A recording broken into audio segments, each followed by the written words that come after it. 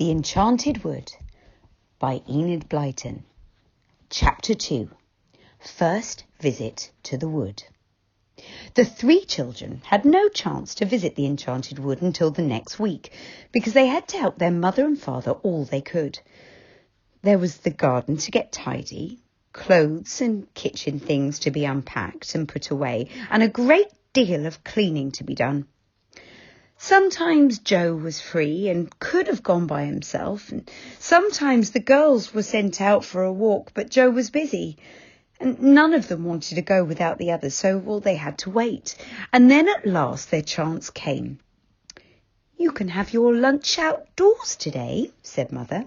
"You've worked very well, all of you, and you deserve a picnic. I'll cut you some sandwiches, and you can take along some nice fresh milk." "We'll go to the wood," whispered Beth to the others, and with excited faces and beating hearts they helped their mother to pack their picnic into a big basket. They set off. There was a small gate at the bottom of their back garden that led into the overgrown lane running by the wood.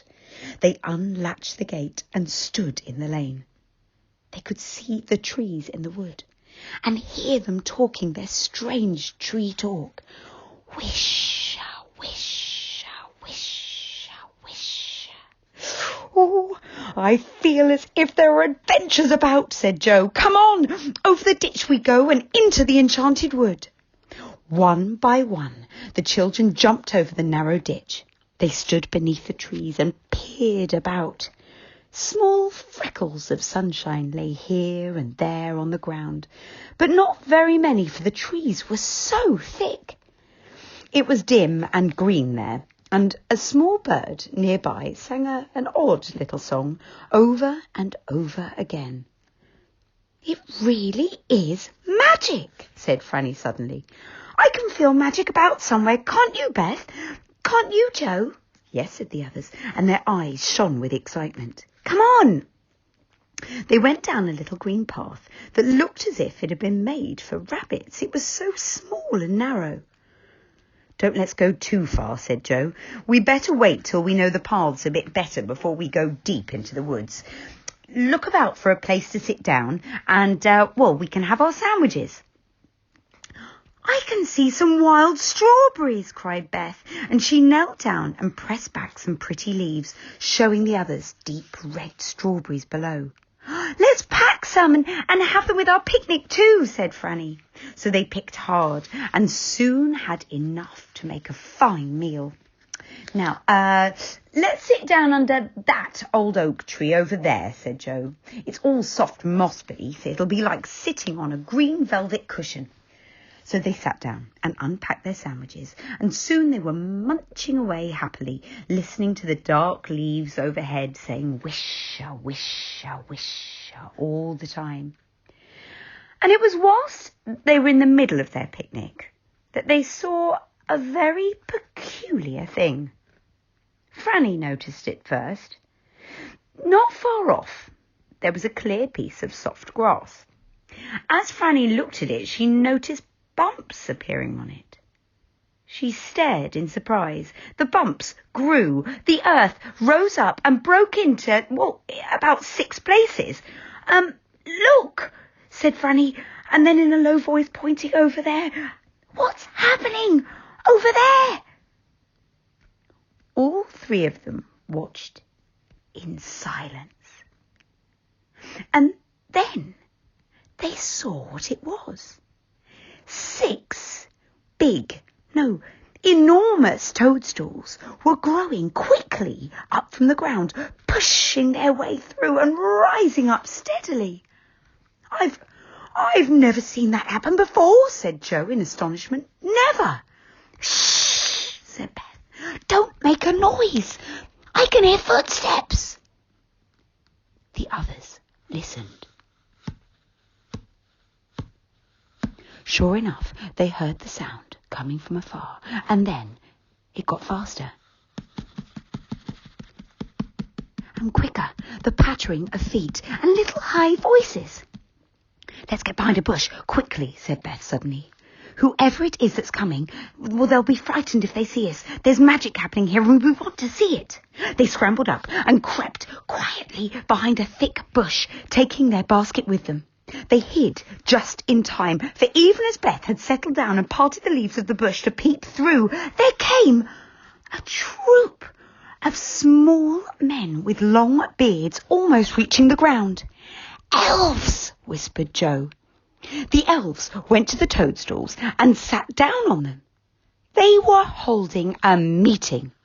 One of them had a bag with him, which he put down behind his toadstool. The children could not hear what was being said, but they heard the sound of chattering voices and caught one or two words. Suddenly, Joe nudged Beth and Frannie. He'd seen something else. The girls saw it too. An ugly, gnome-like fellow was creeping up silently behind the meeting and on the toadstools. None of the elves saw him or heard him. "Oh, he's after that bag," whispered Joe, and so he was. He reached out a long arm. His bony fingers closed on the bag. He began to draw it away under the bush. Joe jumped up. He was not going to watch people being robbed without saying something. He shouted loudly, "Stop! Thief! Hey, look at that gnome behind you!" In a fright, the elves leapt up. The gnome jumped to his feet and sped off with the bag. The elves stared after him in dismay, not one of them following him. The robber ran towards the children's bush. He didn't know they were there. And quick as lightning, Joe put out his foot and tripped up the running gnome. Down he went, crash! The bag flew from his hand, and Beth picked it up and threw it to the astonished elves, who were all still standing by the toadstools. Joe tried to grab the gnome, but he was up and off like a bird. The children tore after him. In between the trees they went, dodging here and there, and at last they saw the gnome leap up into the low branches of a great tree and pull himself up into the leaves. Oh, their children sank down at the bottom, really out of breath. "Oh, we've got him now," said Joe. "He can't get down without being caught." "Here are the elves coming," said Beth, wiping her hot forehead, and the bearded little men ran up and bowed. "You are very good to us," said the biggest one. "Thank you for saving our bag. We have valuable papers in there."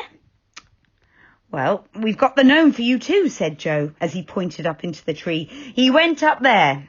If you surround the tree and wait, you will be able to catch him as soon as he comes down." But the elves would not come too near the tree. They looked half frightened of it.